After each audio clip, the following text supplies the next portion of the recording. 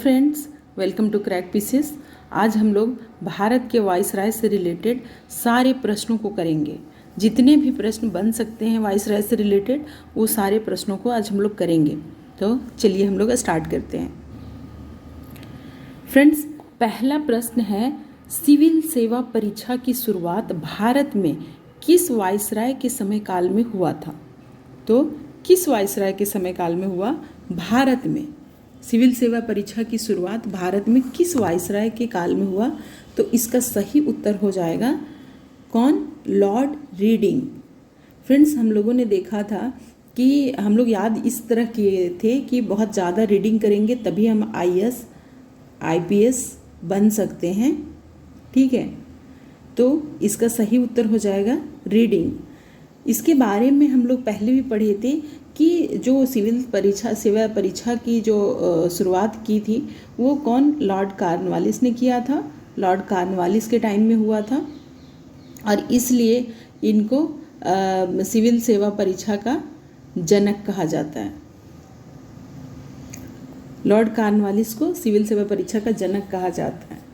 लेकिन जो प्रतियोगिता परीक्षा के आरंभ जो हुआ था, प्रतियोगिता परीक्षा का जो आरंभ हुआ था वो हुआ था लॉर्ड डलहौजी के काल में। ठीक है, डलहौजी के काल में प्रतियोगिता परीक्षा डलहौजी, शुरुआत कॉर्नवालिस। और भारत में सिविल सेवा परीक्षा की शुरुआत हुई थी वो लॉर्ड रीडिंग के कार्यकाल में हुआ था।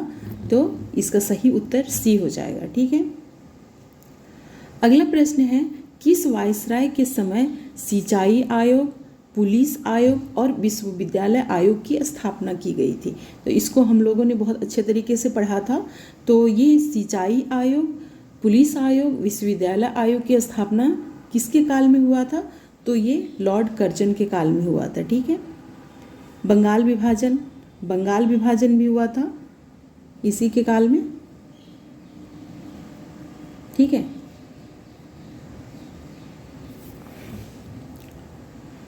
अगला जो प्रश्न है, लॉर्ड कैनिंग के समय सबसे प्रसिद्ध ऐतिहासिक घटना कौन सी हुई थी? लॉर्ड कैनिंग के काल में जो सबसे प्रसिद्ध घटना घटी थी वो था 1857 का विद्रोह। इसका सही उत्तर A हो जाएगा। अगला प्रश्न है, कैनिंग के समय उच्च न्यायालय की स्थापना किन शहरों में की गई थी? तो कैनिंग के समय उच्च न्यायालय की स्थापना जिस शहर में की गई थी वो क्या था फ्रेंड्स? तो हमारा तीनों प्रेसिडेंसी का जो मुख्यालय था उसमें हुआ था। तीनों प्रेसिडेंसी में हुआ था, यानी बम्बई, कलकत्ता और मद्रास में हुआ था उच्च न्यायालय की स्थापना। और पहला जो हुआ था सुप्रीम कोर्ट की स्थापना हुई थी कब?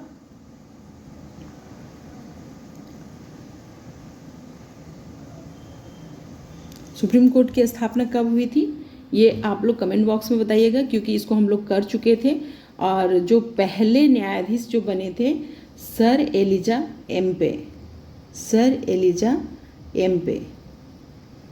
ठीक है, सर एलिजा एम्पे। और किस अधिनियम के तहत सुप्रीम कोर्ट की स्थापना की गई थी कलकत्ता में वो आप लोग बताइएगा। अगला प्रश्न है, प्रसिद्ध जालियांवाला बाग हत्याकांड किसके समय में हुआ था? तो फ्रेंड्स, प्रसिद्ध जालियांवाला बाग हत्याकांड जो हुआ था वो लॉर्ड चैम्सफोर्ड के काल में हुआ था। किसके काल में? लॉर्ड चैम्सफोर्ड के काल में। जालियांवाला बाग और रॉलेट एक्ट और ये असहयोग आंदोलन, ये सभी लॉर्ड चैम्सफोर्ड के काल में हुआ था। अगला प्रश्न है, लॉर्ड मेयो ने अपने समय काल में मेयो कॉलेज की स्थापना कहाँ की थी? तो लॉर्ड मेयो ने मेयो कॉलेज की स्थापना कहाँ की थी? अजमेर में। और इसके समय काल में एक चीज़ और था, प्रेस को स्वतंत्रता मिली थी। ठीक है, इन्होंने ही दिलाई थी। अगला प्रश्न है, भारत को तलवार के बल पर विजित किया गया है और इसी के बल पर इसकी रक्षा की जाएगी। तो फ्रेंड्स, इसका सही उत्तर है लॉर्ड एल्गिन के द्वारा ये कहा गया था। ठीक है, किसने कहा था? लॉर्ड एल्गिन के द्वारा ये कहा गया था। अगला प्रश्न है, रॉलेट एक्ट किस वाइसराय के समय काल में हुआ था? ये हम लोग पिछले अभी प्रश्न में कर चुके हैं, लॉर्ड चैम्सफोर्ड के काल में। और विधवा पुनर्विवाह अधिनियम किस वायसराय के समय काल में हुआ था? तो विधवा पुनर्विवाह अधिनियम जो पास हुआ था वो लॉर्ड कैनिंग के समय काल में हुआ था 1856 में। ठीक है, 1856 में ये हुआ और 1857 में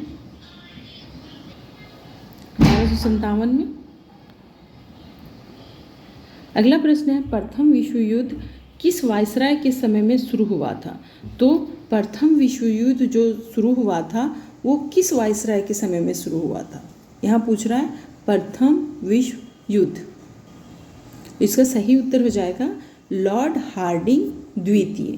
प्रथम विश्व युद्ध ये था लॉर्ड हार्डिंग द्वितीय के समय में शुरू हुआ था और ये था 1914 से 18 तक ये विश्व युद्ध चला था। ठीक है, अगला प्रश्न है लॉर्ड कर्जन के समय की सर्वाधिक महत्वपूर्ण घटना क्या थी? तो लॉर्ड कर्जन के समय की जो सर्वाधिक महत्वपूर्ण घटना थी वो थी बंगाल का विभाजन। कब बंगाल का विभाजन हुआ था? 1905 में।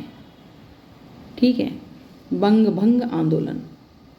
अगला प्रश्न है प्राचीन स्मारकों की सुरक्षा और मरम्मत के लिए भारतीय पुरातत्व विभाग की स्थापना किसने की थी? तो भारतीय पुरातत्व विभाग और अकाल आयोग, सिंचाई आयोग, विश्वविद्यालय आयोग, ये सभी किससे रिलेटेड है? बंगाल विभाजन, ये सब रिलेटेड है लॉर्ड कर्जन से। तो इसका सही उत्तर ए हो जाएगा।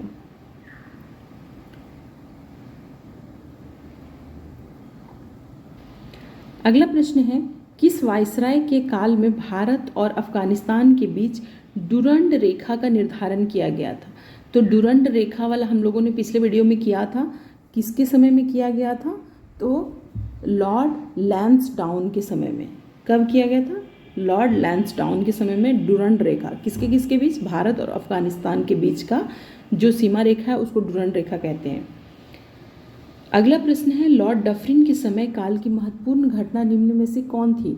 तो लॉर्ड डफरिन के समय काल की जो घटना थी महत्वपूर्ण वो थी भारतीय राष्ट्रीय कांग्रेस की स्थापना 1885 ईस्वी।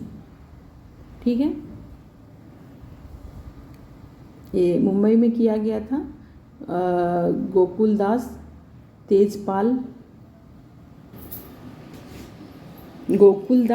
तेजपाल कॉलेज में किया गया था। ठीक है, अगला प्रश्न है सर्वप्रथम किसने समाचार पत्रों की स्वतंत्रता को बहाल करते हुए वर्नाकुलर प्रेस एक्ट को समाप्त कर दिया गया? तो ये किसने किया था? लॉर्ड रिपन ने किया था। वर्नाकुलर प्रेस एक्ट जो था उसको बंद कर दिया गया रिपन के काल में। अगला प्रश्न है निम्न में से किस वायसराय की भारत में उसी के शासनकाल में हत्या कर दी गई थी? तो फ्रेंड्स ये एकमात्र वायसराय है जो उसी के शासनकाल में हत्या कर दी गई थी। वो कौन था? Lord Mayo. और कहाँ कर दिया गया था? अंडमान निकोबार में। ठीक है, अंडमान निकोबार में कर दिया गया था एक अफगान व्यक्ति के द्वारा। अगला प्रश्न है स्वतंत्रता के बाद भारत के पहले गवर्नर जनरल कौन बने? स्वतंत्रता के बाद भारत के पहले गवर्नर जनरल, तो इसका सही उत्तर हो जाएगा लॉर्ड माउंटबेटन। अगर भारत के बोलता कि स्वतंत्रता के बाद भारत के भारतीय गवर्नर जनरल तो सी राजगोपालाचारी हो जाता। ठीक है, अगला प्रश्न है भारत में पहली बार जनगणना किसके समय काल में शुरू हुई थी?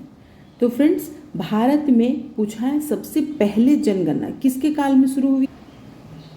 तो ये था, इसका सही उत्तर है लॉर्ड मेयो के काल में। कब? 1872 में। यहाँ पे नियमित नहीं पूछा है, नियमित पूछता तो 1881 ईस्वी हो जाता। अगला प्रश्न है भारत के अंतिम गवर्नर जनरल कौन थे? भारत के अंतिम गवर्नर जनरल कौन थे? तो भारत के जो अंतिम गवर्नर जनरल थे वो सी राजगोपालाचारी थे। इसका सही उत्तर बी हो जाएगा। अगला प्रश्न है नियमित रूप से जनगणना की शुरुआत किसके समय काल में हुआ था? तो यहाँ पे पूछा है नियमित रूप से। पिछले प्रश्न में पूछा था कि जनगणना की पहली बार शुरुआत किसके समय काल में हुआ था?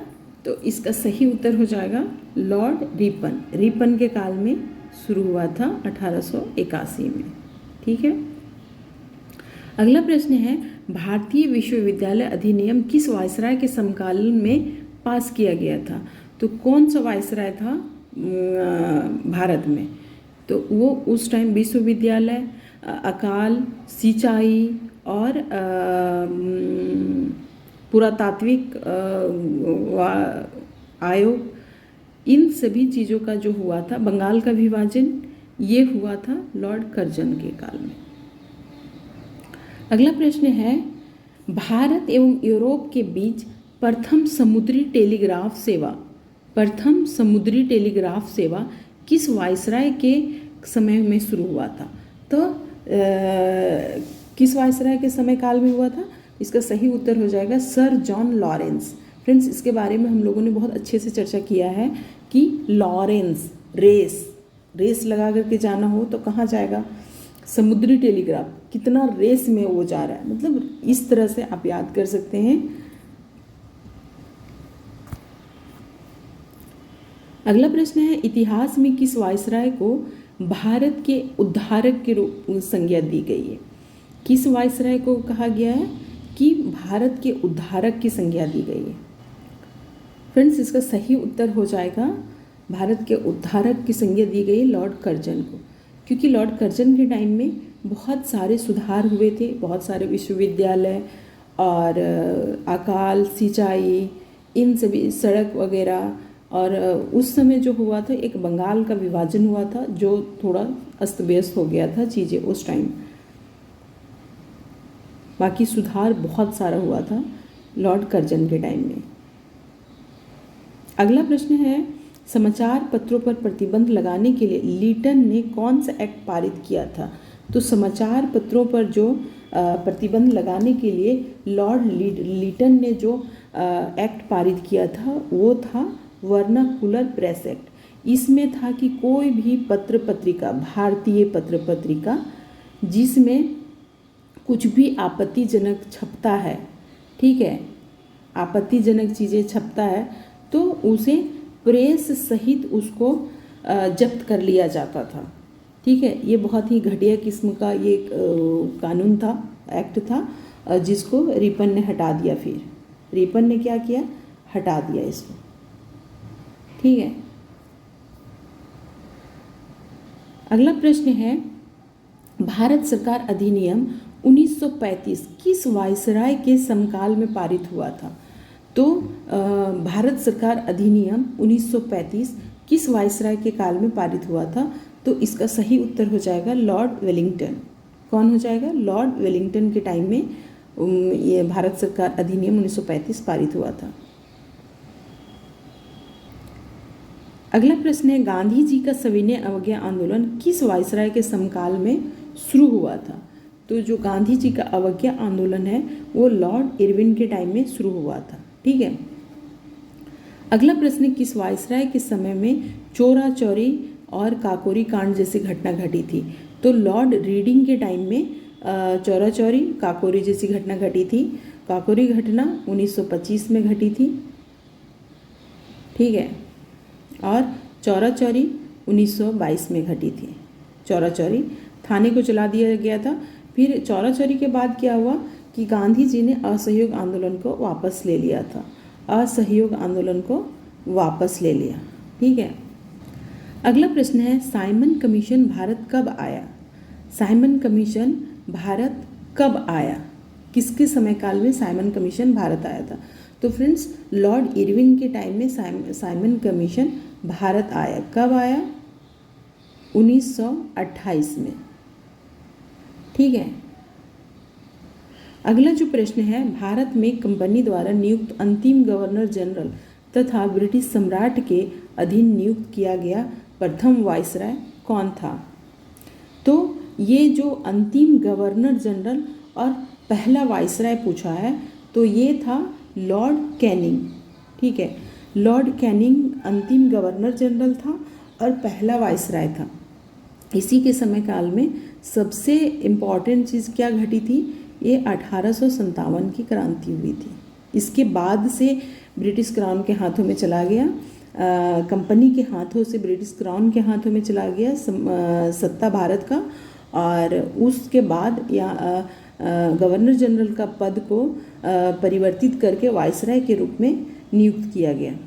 तो ये था लॉर्ड कैनिंग के टाइम में। अगला प्रश्न है, निम्न में से किसे भारत में स्थानीय स्वशासन के जनक के रूप में देखा जाता है? तो स्थानीय स्वशासन के जनक के रूप में किसे देखा जाता है? किसे देखा जाता है फ्रेंड्स? किसे देखा जाता है? इसका सही उत्तर हो जाएगा लॉर्ड रिपन को देखा जाता है।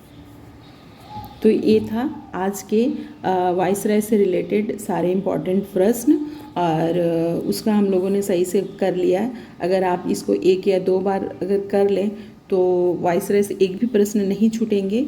हाँ, मेरी वीडियो क्वालिटी थोड़ा सा लो है, लेकिन हाँ, जल्दी हमारे पास अभी संसाधन नहीं है। जब होंगे हमारे थोड़ा कुछ टाइम बाद ये भी सॉल्यूशन निकल जाएगा इसका, तो फिर मैं अच्छे से वीडियो डालूँगी। आज के लिए बस इतना ही। धन्यवाद।